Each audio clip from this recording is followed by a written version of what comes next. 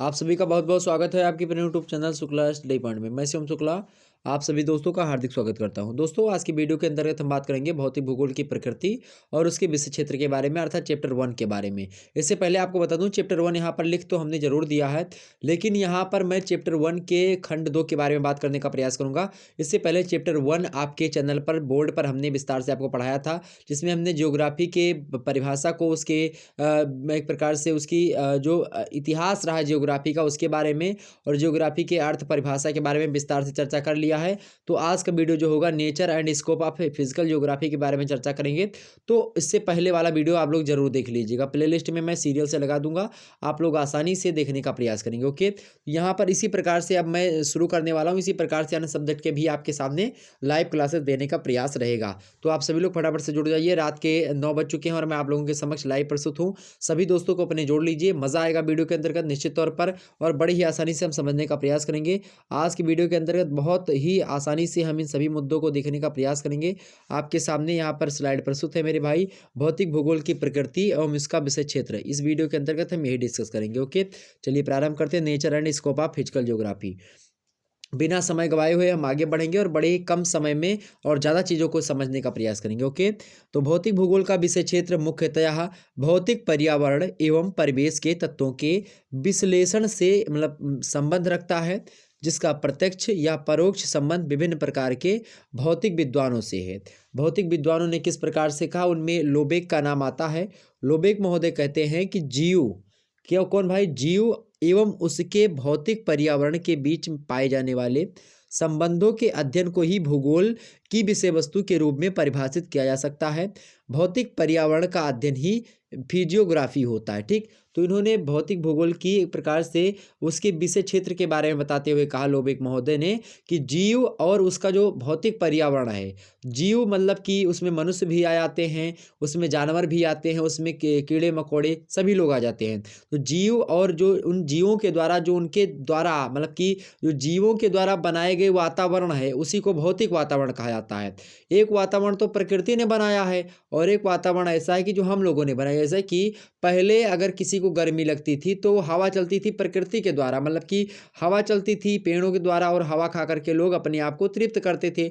लेकिन अब भौतिक होगा कि हवा कि अगर गर्मी लगी तो पंखा चला लिया, एसी चला ली, उस तो ये हो गया। तो ये भौतिक वातावरण है। भौतिक संसाधन आप समझते हैं, जैसे कि आपका बहुत सारी चीज़, जैसे मोबाइल फ़ोन हो गया, चार्जर हो गया, बोर्ड हो गया आपका, ठीक है, तमाम सारी चीज़ें, तार वगैरह हो गए, पुस्तकें हो गई, ये सब क्या हैं, ये सब भौतिक संसाधन है। ठीक, तो ये भौतिक संसाधनों से और भौतिक जो जीव हैं उनके द्वारा, कि जो जीव हैं उनके द्वारा भौतिक पर्यावरण डेवलप किया जाता है। और भौतिक पर्यावरण कौन बनाते हैं, भौतिक संस्कृतियों के मिलने से भौतिक संस्कृति, ये तमाम सारी वस्तुएं आप लोग बनाते हैं, हम बनाते हैं, जो है आविष्कार के परिणाम स्वरूप बनी है, यही सब भौतिक पर्यावरण को बनाती हैं। ठीक है, तो जीव एवं उसके भौतिक पर्यावरण के बीच जो पाए जाने वाला संबंध होता है, उसका ही अध्ययन कौन करता है, उसका ही अध्ययन भूगोल विषय वस्तु के रूप में किया जाता है। और यही विद्वानों ने परिभाषित भी किया है, ऐसा बताते हैं लोबेक महोदय। तो कहते हैं कि भौतिक पर्यावरण का अध्ययन ही क्या कहलाता है, फिजियोग्राफी। अर्थात भौतिक जो है, फिजियोग्राफी कहने का मतलब ये है कि अर्थात भूगोल का जो विषय क्षेत्र है उसके अंतर्गत भौतिक पर्यावरण का ही अध्ययन किया जाता है, जो कि जीव के द्वारा बनाया गया होता है। ठीक, ये चीज़ क्लियर हो गई, आगे समझते हैं। इस प्रकार इसके विषय क्षेत्र का मूल आधार मानव और उसके भौतिक पर्यावरण से होता है।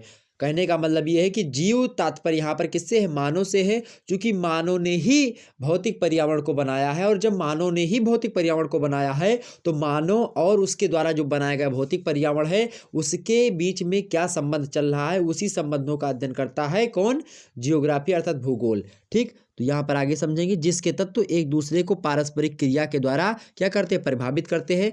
भौतिक पर्यावरण मनुष्य को प्रभावित करता है और मनुष्य जो होता है भौतिक पर्यावरण को प्रभावित करता है। दोनों एक दूसरे पर अन्योन्याश्रिता का भी संबंध रखते हैं। ओके, आगे देखते हैं, चूंकि ये दोनों तत्व परिवर्तनशील होते हैं, कौन, मानव भी और भौतिक पर्यावरण भी, दोनों लोग परिवर्तनशील होते हैं।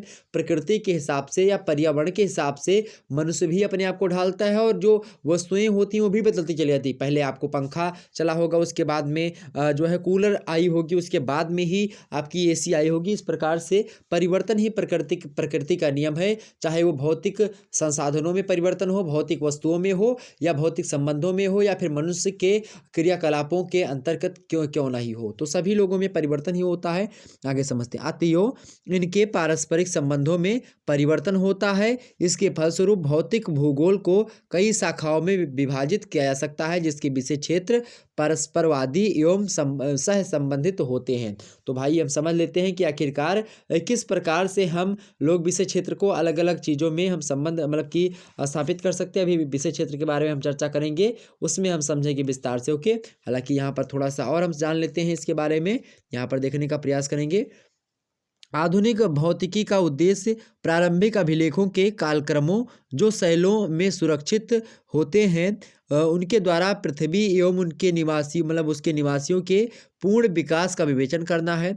भौतिक भूगोल के इन 4 प्रमुख शाखाओं के संकेत शब्दों में पृथ्वी के पर्वतीय ढांचे के पदार्थ जैसे कि खनिज विज्ञान हो गया और सेल विज्ञान हो गया, और उनके विन्यास अर्थात उनके स्वरूप संरचना और अंतर संबंध अर्थात संरचनात्मक जो भौमिकी है उसके बारे में, तो भौमिकीय प्रक्रियाओं या पृथ्वी की जो कार्य प्रणाली है उसके बारे में, जिसके द्वारा सभी प्रकार के परिवर्तन संपन्न होते हैं। भौतिकी, भौमिकी और अंततः इन परिवर्तनों से संबंधित कालक्रम के अनुक्रमों या फिर पृथ्वी के इतिहास अर्थात ऐतिहासिक भौतिकी का अध्ययन किया जाता है। ये कहने का मतलब ये है कि एक भौमिकी मतलब भूमि के जो तत्व हैं जैसे कि महासागर हो गए, महाद्वीप हो गए, इन सभी का अध्ययन किया जाता है। एक हो गया आपकी जैसे कि जो उसमें पर्वत पठार हो गए, शैल हो गई, चट्टानें हो गई, इन सभी का अध्ययन किया जाए। एक होता है कि जो ऐतिहासिक पृथ्वी मतलब पृथ्वी को बनने में कितना समय लगा वो अध्ययन किया जाता है उसमें। तो ये सब मिला करके 4-5 हो गए, वही बताने का प्रयास किया जा रहा है। तो ये चीज़ें हो गई, ठीक। आगे, पृथ्वी की रचना अनेक प्रकार के पदार्थों से हुई है मेरे भाई, जैसे कि पृथ्वी किससे बनी है, वायु मिल हुआ है, जल से मिला है, हिम मिला है और जीवित जीव भी मिले हैं। इसको मिलने से पृथ्वी की निर्माण होता है। इनके साथ ही खनिजों तथा शैलों और धात्विक अयस्कों तथा ऊर्जा संसाधनों का भी संबंध मिलता है पृथ्वी को बनने में। इन पदार्थों अर्थात पवन, वर्षण, नदी तरंगों, धाराओं, हिमानियों, पादपों एवं जंतुओं का विकास एवं संचरण और पृथ्वी के अभ्यंतर में उष्ण पदार्थों का संचरण, उष्ण माने गर्म अर्थात ज्वालामुखी क्रियाओं द्वारा मतलब कि प्रस्तुत साक्ष्य के आधार पर इन सभी के सापेक्ष प्रभाव से क्रस्ट तथा भूपटल पर परिवर्तन संपन्न होते हैं। इन परिवर्तनों के अंतर्गत प्राचीन शैलों से नवीन शैलों का निर्माण होता है। भूपर्पटी अर्थात क्रस्ट में अभिनव संरचना, स्थल और जल, पर्वत तथा मैदान और जलवायु तथा मौसम में भी जो है तमाम तरीके से यानी कि अभिनव परिवर्तन या फिर वितरण सम्मिलित होते हैं। तो ये सब चीज़ें जो है इसमें हम देखने का प्रयास करते हैं। आगे हम समझते हैं भौमिकी। तो यहाँ पर देखने का प्रयास करें मेरे प्यारे दोस्तों, क्या है भाई, क्या है भौमिकी। तो भौमिकी की शाखा का संबंध भू आकृति विज्ञान तक ही सीमित नहीं होता है। इसका मुख्य उद्देश्य पृथ्वी की कार्यप्रणाली तथा उसके संबंधित विभिन्न युगों की प्रक्रियाओं तथा घटनाओं की व्याख्या करना होता है, जो वर्तमान में भूपटल पर और अभ्यंतर में क्रियाशील रहती हैं। इन सभी का अध्ययन विवर्तनिकी के अंतर्गत किया जाता है। संरचनात्मक भौतिकी मतलब भौमिकी एक शाखा है किसकी, भौतिक भूगोल की। इसका संबंध शैलों की संरचना एवं आकृति की व्याख्या करना है। तो शैलों की आकृति और उसकी व्याख्या करना को हम क्या कहते हैं भाई, इसको हम संरचनात्मक भौमिकी कहते हैं। कि पृथ्वी के जो शैल चट्टानें हैं, आकार है पृथ्वी का, उसके जो उच्चावच हैं उनके बारे में जो अध्ययन किया, जैसे कि पर्वत पठार हो गए, इन सभी के बारे में। कहीं पर खाई है तो कहीं पर चोटी है, कहीं पर मेरे प्यारे दोस्तों झरने हैं, तो कहीं पर एक प्रकार से जलप्रपात है, जो है धाराएं हैं। तो अलग अलग स्थानों पर अलग अलग चीज़ें हैं, कहीं पर झील है, कहीं पर तालाब है, कहीं पर नहर है, कहीं पर कुआं है। इसी प्रकार से अलग अलग स्थानों पर कहीं पर पठार, कहीं पर पर्वत, कहीं पर हिमानियाँ है। तो ये सब, कहीं पर मैदान, कहीं पर धरातल, कहीं पर जो है मरुस्थल है। तो इन सभी के बारे में अध्ययन करना कहलाता है। भौतिक भौमिकी एवं भूगोल के अंतर्गत विज्ञान की अन्य शाखाओं का भी अध्ययन किया जाता है। सामान्य तौर पर पृथ्वी शैल का एक पिंड होता है जिसका कुछ भाग जलमंडल है, और इस भौतिक मंडल में सुविधा अनुसार जीवमंडल को भी सम्मिलित किया जा सकता है। ठोस पृथ्वी के ऊपरी खोल को स्थल मंडल कहा जाता है। यह विभिन्न प्रकार की शैलों से निर्मित होता है। अध्ययन की सुविधा की दृष्टि से भौतिक भूगोल की विषय सारणी के अंतर्गत प्रमुख रूप से निम्नलिखित हम विषयों को अध्ययन करते हैं, वो आपके सामने मैं प्रस्तुत करने जा रहा हूँ। बड़ी आसानी समझने का प्रयास करेंगे।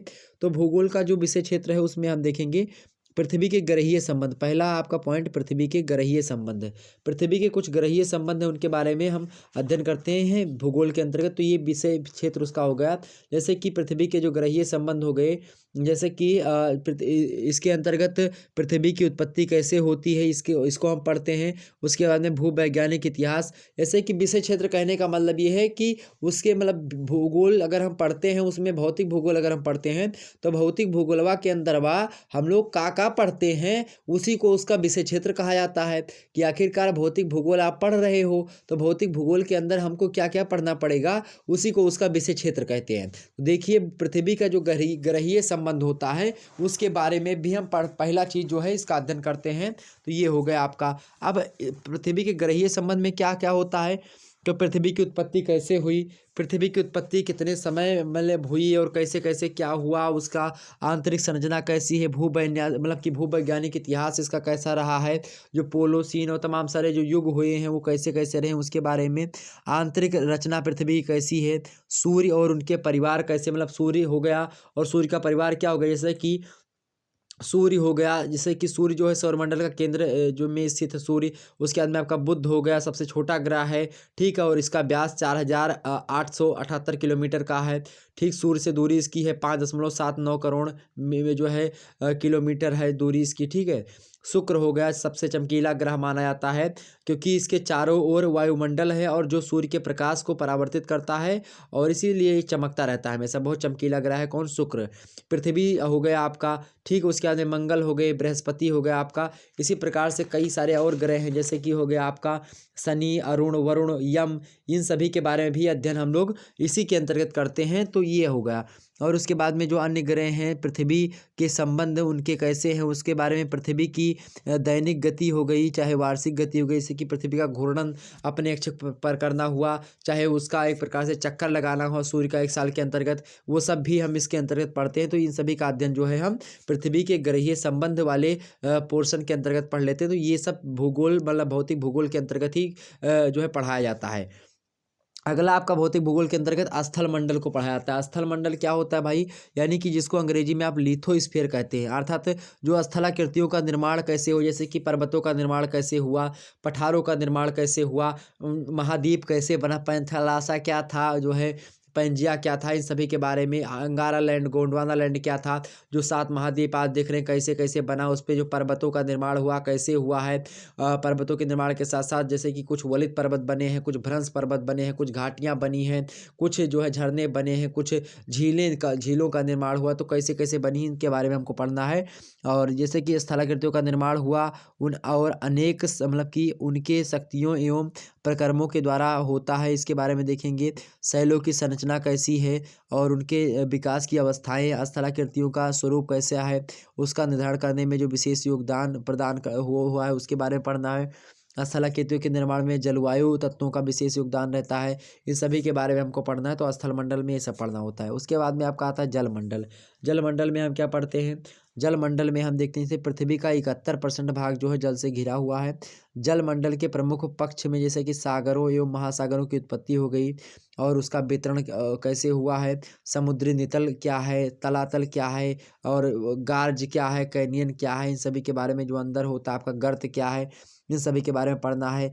जल के भौतिक एवं रासायनिक गुण कैसे हैं, लवणता कैसी है, संरचना उसकी कैसी है, जल संरक्षण एवं जल की विभिन्न गतियाँ कैसी हो रही हैं, उसमें धाराएं कैसी बह रही हैं, इन सभी पक्षों का अध्ययन जो है हम जलमंडल अर्थात हाइड्रोस्फीयर के अंतर्गत करते हैं। तो ये हो गए 3, जैसे कि पृथ्वी ग्रहीय संबंध एक हो गया है, दूसरा हो गया आपका स्थल मंडल, तीसरा हो गया जलमंडल। इन तीनों के बारे में अध्ययन हो गया आपका।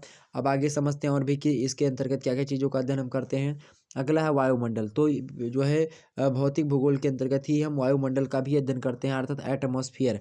एटमॉस्फेयर का भी अध्ययन हम लोग किसके अंतर्गत करते हैं, एटमॉस्फेयर का जो है अध्ययन भी हम लोग जियोग्राफी के भौतिक भूगोल के अंतर्गत ही करते हैं।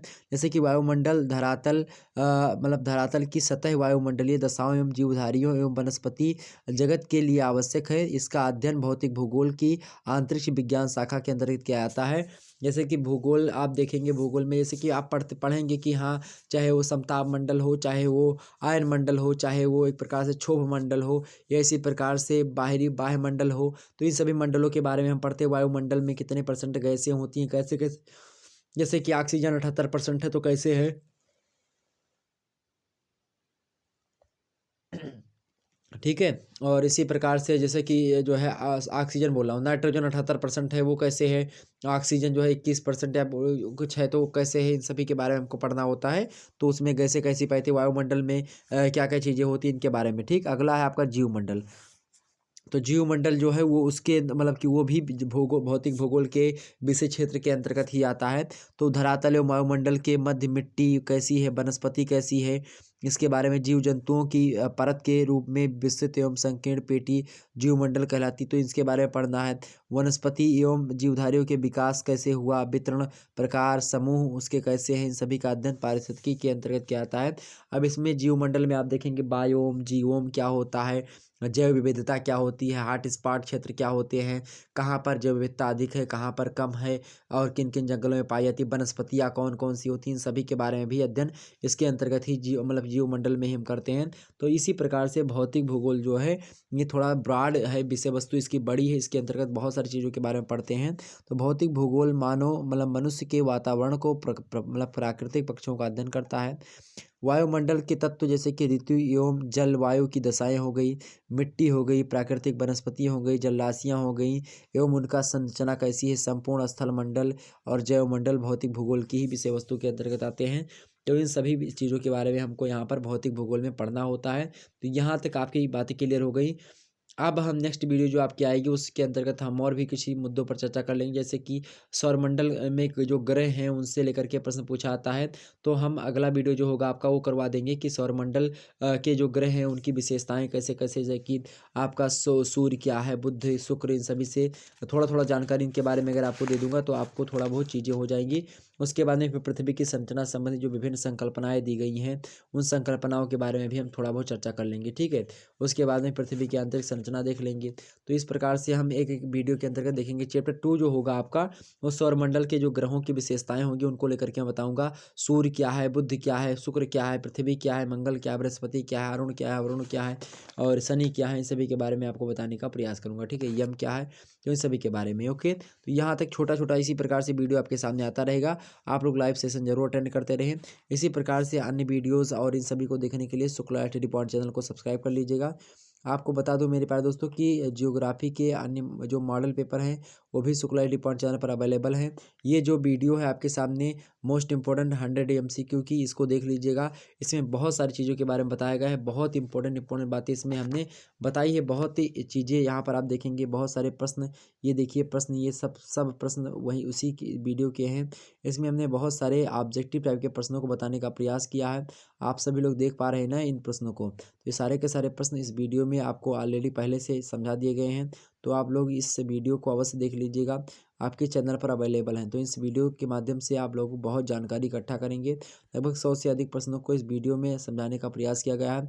तो आप सभी लोग इस वीडियो को देख करके लाभ ले सकते हैं और अपनी जो है जानकारी को सुदृढ़ और बहुत अच्छा तरीके से जो है प्रिपेयरिंग में मदद मिलेगी आपको। तो आप लोग इस को ज़रूर अपनाइएगा, ओके। चलिए फिर मिलते हैं नेक्स्ट वीडियो में। वैसे तब तक के लिए जय हिंद, जय भारत। आप सभी को बहुत बहुत धन्यवाद। इसी प्रकार से अपना प्यार दुलार बनाए रखें। आप लोगों को बता दूं मेरे प्यारे दोस्तों कि आज रात 9 बजे आपकी क्लास हुई है। कल रात के 9 बजे आपकी जो क्लास होगी वो बता दूं मेरे प्यारे दोस्तों, वो साइकोलॉजी की क्लास होगी। किसकी होगी? साइकोलॉजी अर्थात मनोविज्ञान के चैप्टर 1 की क्लास कल रात के 9 बजे से आपकी होगी, ओके। तो ये बात आप ध्यान रखेंगे। फिर चलिए मिलते हैं नेक्स्ट वीडियो में, तब तक के लिए जय हिंद, जय भारत। आप सभी का बहुत बहुत धन्यवाद हमारे साथ जुड़ने के लिए। इसी प्रकार से अपना प्यार दुलार बनाए रखें। और जो अगला वीडियो होगा उसमें हम बड़े ही आसानी से समझेंगे सौर मंडल के बारे में, ओके। तो आप लोग परेशान मत होइएगा। और भी आप लोग बताने का प्रयास करें क्या चीज़ें आपको चाहिए, कैसे चाहिए, इसको भी आपको देने का प्रयास करूँगा। तो भूगोल में आपको बता दूं कि भूगोल जब आप विषय वस्तु लेते हैं तो जो है इसमें क्या बोलते हैं, बीए प्रथम सेमेस्टर में। तो आपको भूगोल में हमारे चैनल पर पहले से कुछ वीडियो अवेलेबल हैं, जिनके पेपर ऑब्जेक्टिव होने हैं, चाहे लिखित हो आपके पेपर, चाहे ऑब्जेक्टिव हो। सभी के लिए इम्पोर्टेंट हो गया लेक्चर। ओके, तो आपकी चाहे जो है 11 इम्पोर्टेंट टॉपिक की वीडियो भी हमने आपके सामने दी होगी, उसको भी आप लोग देख लीजिएगा, वो इम्पोर्टेंट है। आपको मैंने बताया नहीं कि जियोग्राफी का जो पोर्शन है बीए प्रथम सेमेस्टर में, वो जियो मतलब भौतिक भूगोल ही रखा गया है, उसमें कुछ नए चैप्टर इंक्लूडेड कर दिए गए हैं, बाकी सब वही है आपका। तो बिल्कुल घबराने की आवश्यकता नहीं। जो मेरे पुराने वीडियोज़ अवेलेबल हैं, उनको आप लोग ज़रूर देख लीजिएगा, क्योंकि वहीं से प्रश्न एग्जाम से में वहाँ से भी आ सकते हैं। तो जो पुराने वीडियोज़ पड़े हुए पहले से, उनको देख लीजिएगा, तो वो आपके लिए जो है सफिशिएंट हो सकते हैं, इंपॉर्टेंट हो सकते हैं आपकी परीक्षा की दृष्टि से, और अच्छे अंक आपको दिलाने में मदद कर सकते हैं। ओके, तो उसको आप लोग ज़रूर देख लीजिएगा। धन्यवाद, फिर मिलते हैं नेक्स्ट वीडियो में। तब तक के लिए जय हिंद, जय भारत। आप सभी को बहुत बहुत धन्यवाद।